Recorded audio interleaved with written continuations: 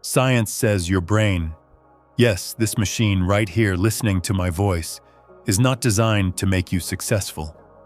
Evolution has hard-coded your brain for one thing only: survival, keeping you alive. And what's the easiest way to stay alive? Conserving energy, running from danger, staying in comfort.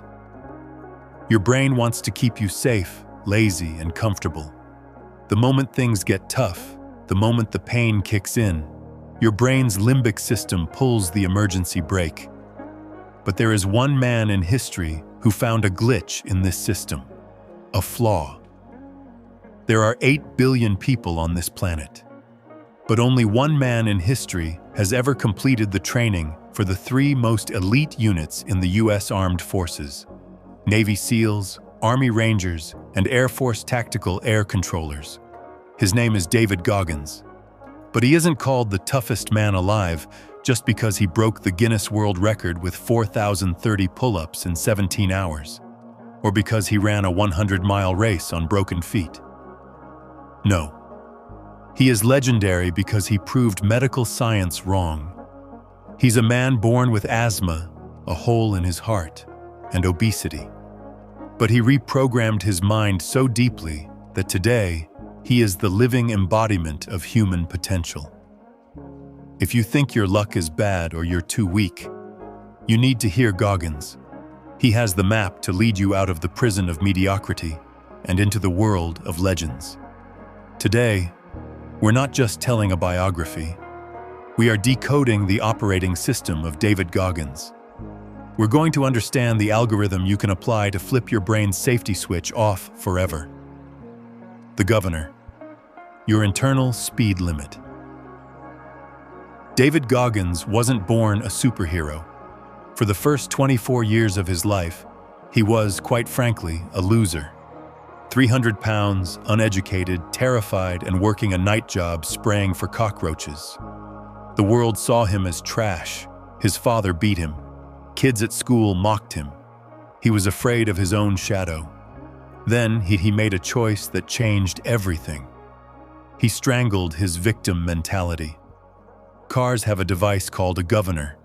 It's a speed limiter. Even if the car can go 200 miles per hour, the governor stops it at 100 to protect the engine. The exact same thing is happening in your brain right now. Goggins calls it the governor. When you get tired of studying, when you start gasping for air at the gym, or when your business starts failing, a voice kicks in. Stop, man. That's enough. Let's go rest. You think that's your limit. You think your battery is dead. That is a lie. It's a chemical lie.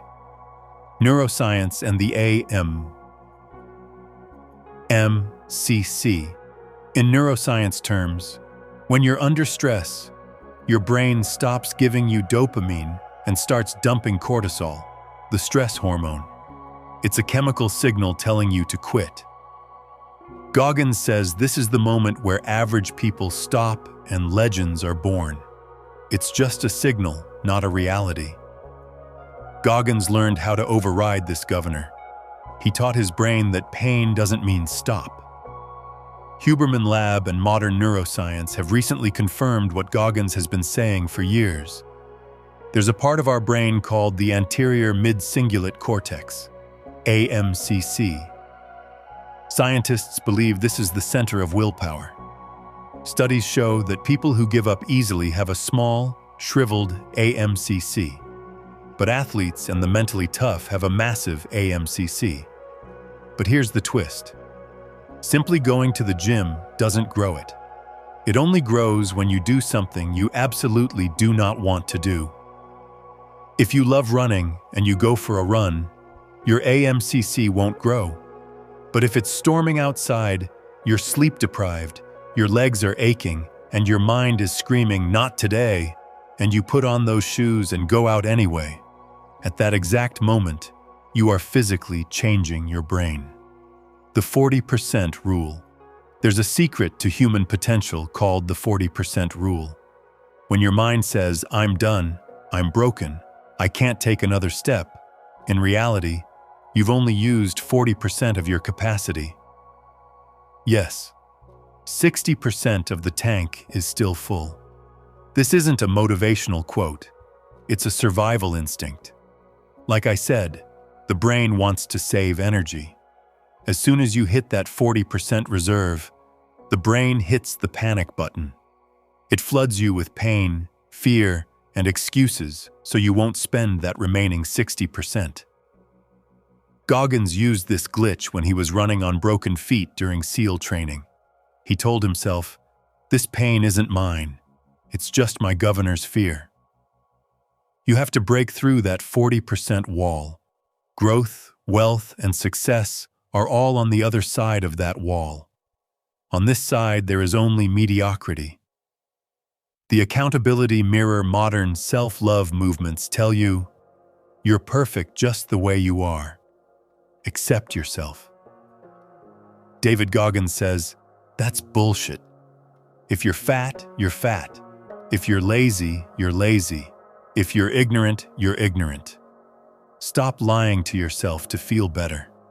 Goggins invented a technique called the accountability mirror. When he was a 300-pound cockroach exterminator, he didn't look in the mirror and recite positive affirmations. He didn't say, "I am rich, I am successful." No. He spoke the soul-crushing truth. He looked at himself and said, "You're fat. You're wasting your life. You're murdering your own potential." This is radical, honest self-confrontation. Until you admit there's a bug in your code, how can you fix it? Tonight, look yourself in the eyes in the bathroom mirror, without the social media filters, without the fake praise. Do you like the person looking back at you? If not, that shame isn't bad. That shame is the fuel that will keep you awake at night. The cookie jar and taking souls. Goggins didn't hide his insecurities. He used them as bricks to build a staircase. He uses a neurohack called the cookie jar. When you're in the middle of Hell Week, when life is hitting you from all sides, your brain rejects positive thoughts. Saying all is well doesn't work. You need proof. The cookie jar is a folder in your mind where all your victories and the hardships you've overcome are stored. When Goggins is at mile 70 of an ultramarathon and his feet are bleeding, he reaches into his cookie jar. He remembers finishing SEAL training 3 times. He remembers studying while he was sick. This releases a shot of dopamine and adrenaline. It's a turbo boost. He also talks about a darker concept: taking souls. It means working so hard, pushing your performance so high, that your competitors, your haters, and even your boss are broken just by watching you. It's about setting a standard so high that the rest of the world thinks it's magic or insanity. Calloused mind. In today's world, everything is designed to make you soft. AC rooms, soft mattresses, 2-minute food delivery. This makes your brain's skin soft and sensitive. That's why the smallest problem leads to depression. You have to take your brain to the gym of hardship every day. Waking up at 4 a.m., taking cold showers, studying when you don't want to, this is how you callous your mind. DavidGoggins' story isn't about running 100 miles. It's about alchemy.